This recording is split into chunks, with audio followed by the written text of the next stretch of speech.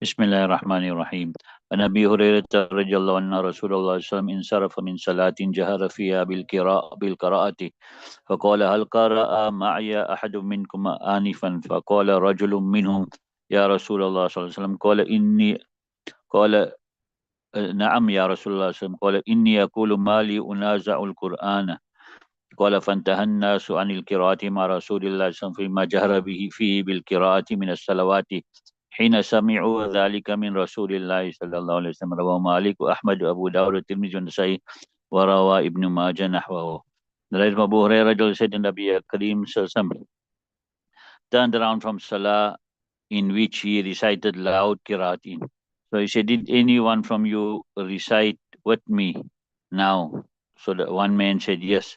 So Nabi Kareem said that I was saying to myself, what is it, what is for me that I'm disputed in regards to the Quran? So he said, then the people stopped recitation with Rasulullah in that which he recite loudly in it with qiraat from the salawat. When they heard that from Nabi Karim narrated by all these authors here, this muhaddiseen. Right. So this hadith here clearly shows that the Sahaba Ikram, right, they never used to read anything behind Nabi Karim not even Surah Fatiha. This hadith here is a support for the Hanafi mazhab, right? And also this fact here that Abu Hurairah radiallahu anhu, he accepted Islam late. So this hadith is possible that hadith is an abrogator for the other hadith which allowed or which said that you must recite Surah Fatiha. وعن ابن عمر البيضائي وعن ابن عمر والبياضي قال رسول الله إن المصلي يناجي ربه فلينظر ما يناجيه ولا يجهر بعضكم على بعض بالقرآن. رواه أحمد. Narrated from Ibn Umar and Bayadi, they both said that Nabi Akram said that indeed the Musalli, he is conversing with his Rabb. So he should check how he converses with his Rabb. And some of you should not recite loud Quran over the other. Right. So he should check how he converses. In other words, when he's conversing, when he's making the dhikr and the qiraat, he should have khushu and khuzu, concentration. His heart should be focused. Right. Then some should not read Quran over the other, meaning that whether you're reading Quran in Salah or whether you are reading Quran out of Salah, then you should see that your voice doesn't disturb the next musalli, or it doesn't disturb the next qari, the other reciter. And likewise, a person who's making dhikr in front of a person who's sleeping, then you should see that he doesn't disturb anyone. وَنَبِي هُرَيْرَةَ رَضِيَ اللَّهُ قَالَ قَالَ رَسُولُ اللَّهِ صَلَّى اللَّهُ عليه وسلم إِنَّمَا جُعِلَ الْإِمَامُ لِيُؤْتَمَّ بِهِ فَإِذَا كَبَّرَ فَكَبِّرُوا وَإِذَا قَرَأَ فَأَنصِتُوا. رواه أبو داود والنسائي ابن Majah.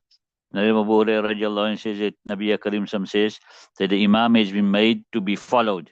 So when he says takbir, then say takbir, and when he recite, then keep quiet. All right. And in the Quran, وَإِذَا قُرِئَ الْقُرْآنُ فَاسْتَمِعُوا لَهُ وَأَنصِتُوا. When the Quran is recited, then listen to it and keep quiet. And therefore we find Imam Shafi rahmallah, he still says that whichever salat it is, right, whether it's loud salah or soft salah, you must read Surah Fatiha. Imam Ahmad, Imam Malik rahmatullah alayhi, in one call of Imam Shafi rahmatullah, they say that only you should only recite Surah, recitation of Surah Fatiha is wajib only in the soft salahs. And in the loud salahs, you just listen to your imam and that will suffice you. And Imam Buhari rahmatullah alayhi says that whether it's soft or whether it's loud salahs, the imams, the muqtadi should not recite Surah Fatiha nor anything. He should merely listen to the imam. In the loud salah and the soft salahs, he should just keep quiet.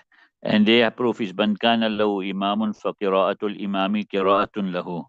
And whoever is an imam, there's a hadith also, right? Whoever is imam, then the recitation of the imam is a recitation for him. So therefore you don't have to recite. وعن عبد الله بن أبي أوفى قال جاء رجل النبي صلى الله عليه وسلم فقال إني لا أستطيع أن آخذ من القرآن شيئا فعلمني ما يجزئني.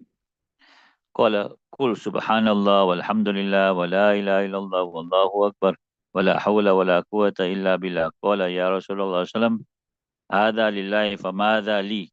قال قل اللهم ارحمني وعافني واهدني وارزقني. فقال هكذا بيديه وقبضهما. فقال رسول الله صلى الله عليه وسلم أما هذا فقد ملأ يديه من الخير. وأبو داود. وانتهت رواية النسائي عند قوله لا إله إلا عند قوله إلا بالله. Right. Then Abdullah ibn Abi Awfa said, a man came to Nabi Karim and he said that I was not able to learn anything from the Quran. So teach me what will suffice me. So Nabi Karim said, say Subhanallah, walhamdulillah, wa la ilaha illallah, wallahu akbar, wa la hawla wa quwwata illa billah. So he said, oh Nabi Karim, that is for Allah subhanahu wa ta'ala. Then what is my share? What must I did for myself?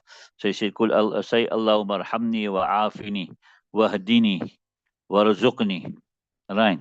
So the man then did this with his hands. He made some sign with his hands, right? An action which shows that he accepted what was told to him. In other words, he acknowledged what was told to him and that he's going to practice on it. And then he closed his hands. So Nabi Karim said, as of this person here, he has filled his hands with good. That's Najib Abu Dawud. And the riwayat of Nasai is also similar. And then it stops by his statement, Illa Billah. Now the question that comes about here, that if this person could have learned all this here, then why doesn't he just learn a small portion of the Quran in order to read, to make his salah, and then he fulfills the right of Qiraat? Because Qiraat is faras. One ayat of Qiraat is faras. You understand? Surah Fatiha is wajib, according to Ahnaf, and then the surah after it is wajib, right? And what's after Surah Fatiha? Either one long ayat or three short ayats. But the faras Qiraat is just one ayat of the Quran, even if it's a small ayat, right? So there's a question, that comes about that why didn't he instead of learning this whole long dua here, why didn't he just learn an ayat of the Quran? So the answer is this here, that maybe he just became a new Muslim and therefore he was not able to learn Quran, and this was easy for him to learn, so he learned that quickly. Or otherwise you say this happened at the beginning of Islam, and in those days the laws were still easy, right? The laws were still easy. Afterwards the laws became more regulated. When Ibn Abbas radiallahu anhu an-Nabiy sallallahu alaihi wasallam كان إذا قرأ سبح اسم ربك الأعلى قال سبحان ربي الأعلى. رواه أحمد وأبو داود. Narrated from Ibn Abbas, he said, Nabi Karim Sallam, when he used to recite Sabbi Hisma Rabbikal A'la, then he used to say Subhana Rabbiyal A'la. Nabi Imam Ahmad and Abu Dawud. You understand? So why would Nabi Karim say Subhana Rabbiyal A'la? Because Allah Ta'ala says this, Sabbi Hisma Rabbikal A'la. It's a command, right? Make this be, you understand, of the name of your higher Rabb. So yeah, now how do you respond to that now? Subhana Rabbiyal A'la. So that's a response to that, right?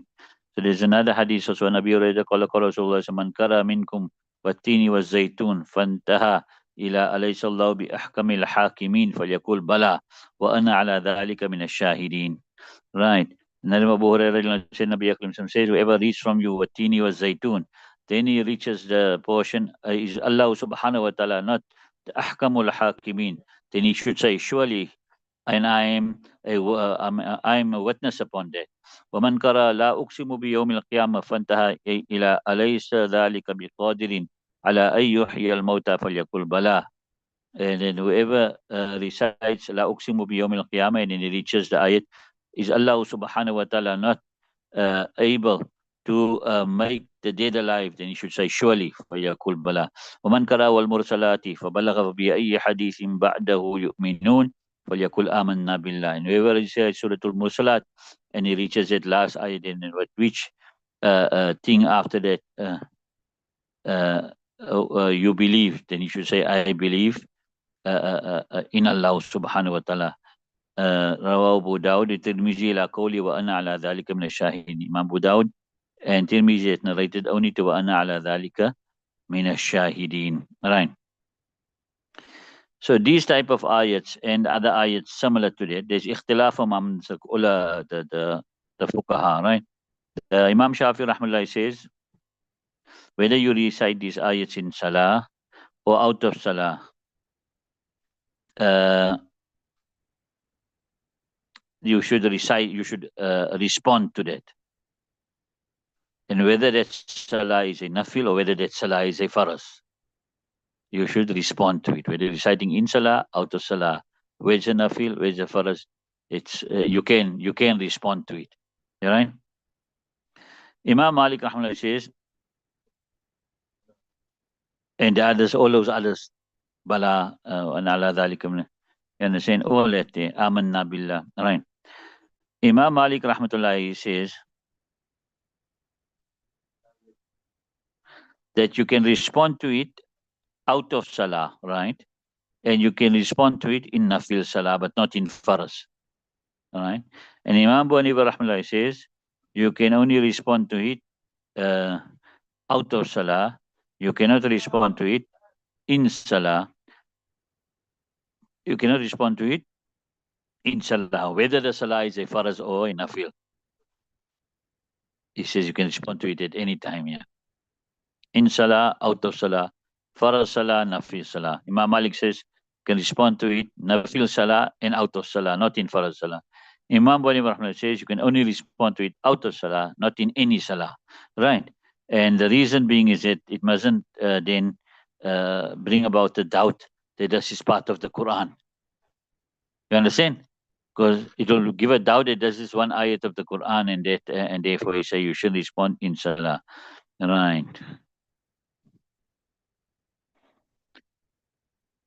Okay, let's do one more hadith. وعن جابر رضي الله قال خرج رسول الله صلى الله عليه وسلم على أصحابه فقرأ عليهم سورة الرحمن من أولها إلى آخرها فسكتوا فقالوا لقد قرأتها على الجن ليلة الجن فكان أحسن مردودا منكم كنت كلما أتيت على قولي فبأي آلاء ربكما تكذبان قالوا لا بشيء من نعمك ربنا نكذب فلك الحمد رواه الترمذي وقال هذا حديث غريب.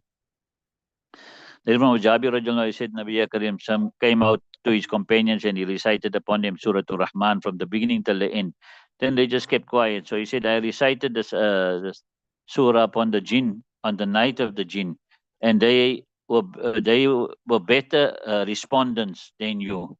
They every time I came, kullama ataytu ala qawli, every time I came upon Allah Ta'ala's statement, فَبِأَيِّ آلَاءِ رَبِّكُمَا تُكَذِّبَانِ. So which of the ni'mats of your Rabb are you going to reject? They would say, لَا بِشَيْءٍ مِّن نِعْمَكَ. There's none of your ni'mats will we deny. فَلَكَ الْحَمْدُ, for you is all praise. Rawat Tirmizi. And he says this hadith is gharib.